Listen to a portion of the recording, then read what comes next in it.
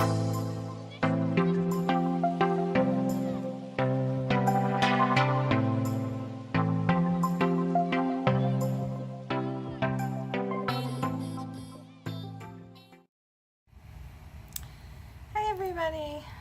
sorry I have not vlogged, updated anything this past week. It's just been one, crazy busy, and then two, I just really felt like I haven't had anything to really say. Things have still been going good with the walking of my steps. I think I've gotten to 10,000 every day. The only day I think I may have been less than 10,000 was yesterday, but I haven't done all the calculations from all the different apps yet. So hopefully I will have made my goal, but I just wanted to come on here and sort of end the week with a bit of an update. It's the 29th of the month, so I'm 29 days in. Which has seemed like it's flown by, actually, which is kind of weird.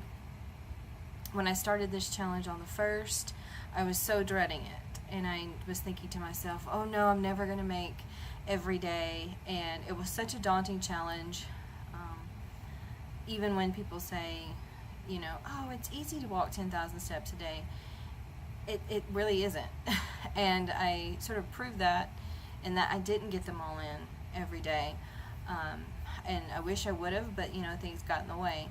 The first couple of days when I wasn't able to get 10,000 in, I had a migraine, and for me, when I have a migraine, I'm sort of immobile until it goes away. So I'm not up and active when, you know, when that happens. And then the second day, I was just feeling exhausted, and I went to bed early. I went to bed at like 7 o'clock. So the only steps I got in were the 9,800 and something that I got during my regular work day. So on that day I was 155 away from 10,000.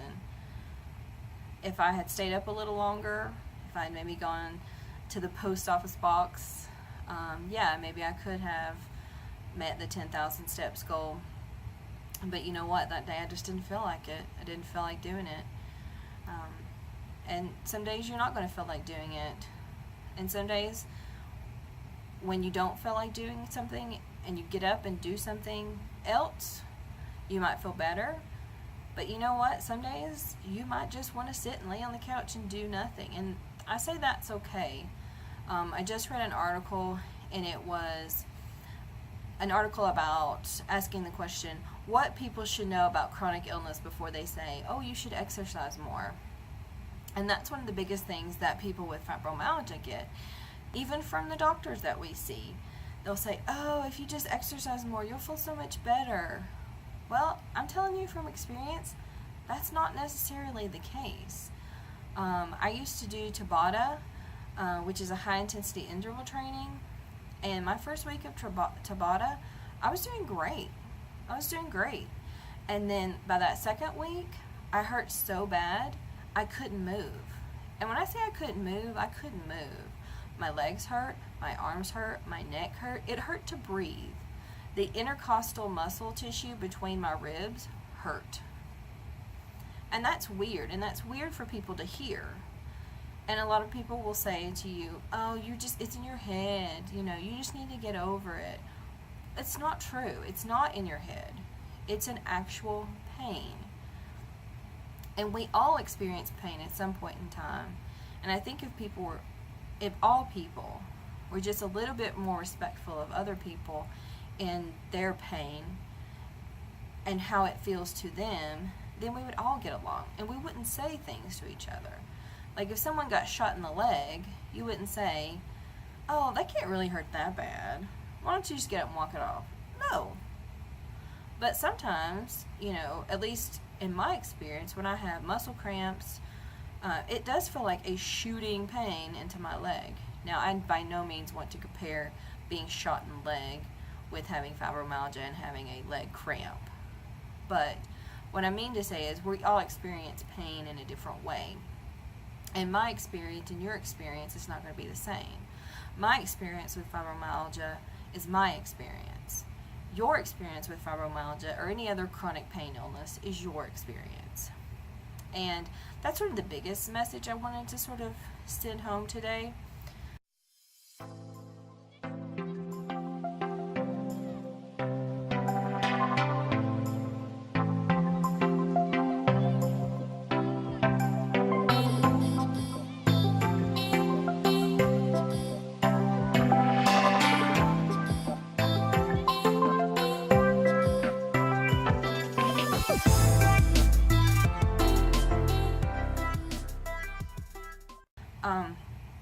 Another really big message I want to put out there for anybody is to challenge yourself. I was very skeptical in myself and my ability to take on this challenge. One, I'm not a huge fan of exercise. Two, I am a quitter. If something gets hard or I'm not 100% perfect at it, then I give up. I get frustrated with it and I give up. And I was so proud of myself the first day of this challenge. I got like 12,000 steps. I was so on fire. And then the second day, I got a migraine. And I was in bed literally all weekend. So 2 days straight, I didn't get out of bed. I think between those 2 days, I maybe took 1,000 steps. Maybe. And, you know, I wanted to quit.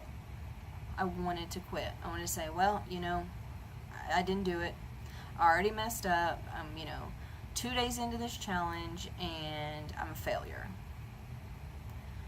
But I thought about it and I said, no, I'm going to do this. I'm going to do this, one, because this project, this research means something to me.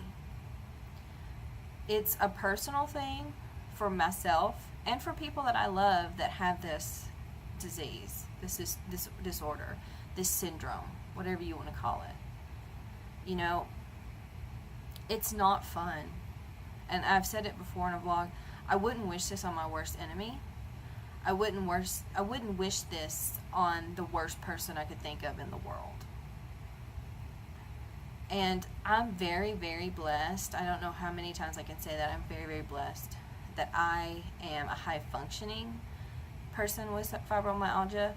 Some people are not. Some people are disabled. Some people are completely handicapped. There are some people who go to the doctor numerous times throughout the week, the month, and get no answers, so they're frustrated.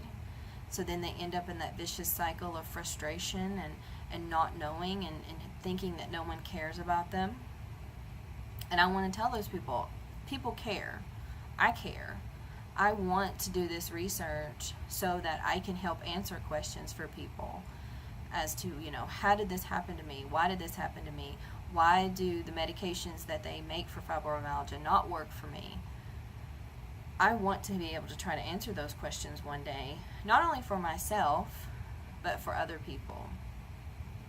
And if I had given up on this challenge, to me, I would have given up on this project, because I'm doing this challenge to raise money and awareness for fibromyalgia and fibromyalgia research and chronic pain disorders in general, but particularly fibromyalgia.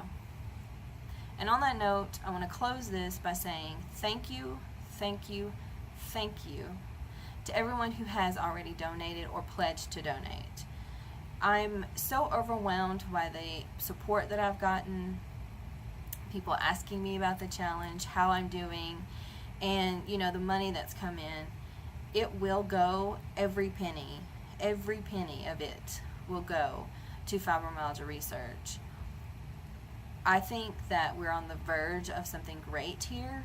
Will it take time? Yes. But I hope and pray for the strength, the courage, and the knowledge to carry on the research and do what I can to help other people, not only myself. So I just want to close today by saying again, thank you, thank you, thank you for all the help, the support that you've given thus far. Please continue to do so. It's called research for a reason. We have to keep looking. We usually don't get the right answer the first time, or even an answer the first time, so we have to keep looking for it. So I do again encourage you to continue your support, continuing to help raise awareness for chronic pain disorders like fibromyalgia and others.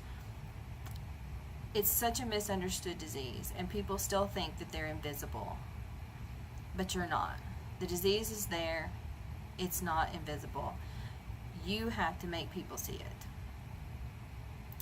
And with that, I'm going to close. I hope to have another vlog up tomorrow as my last day, and then on the 1st I will post exactly how many days I was able to complete the challenge, and you can judge me on my success then. I'll sign off, and I wish you all a very happy Friday afternoon. Good night. Bye.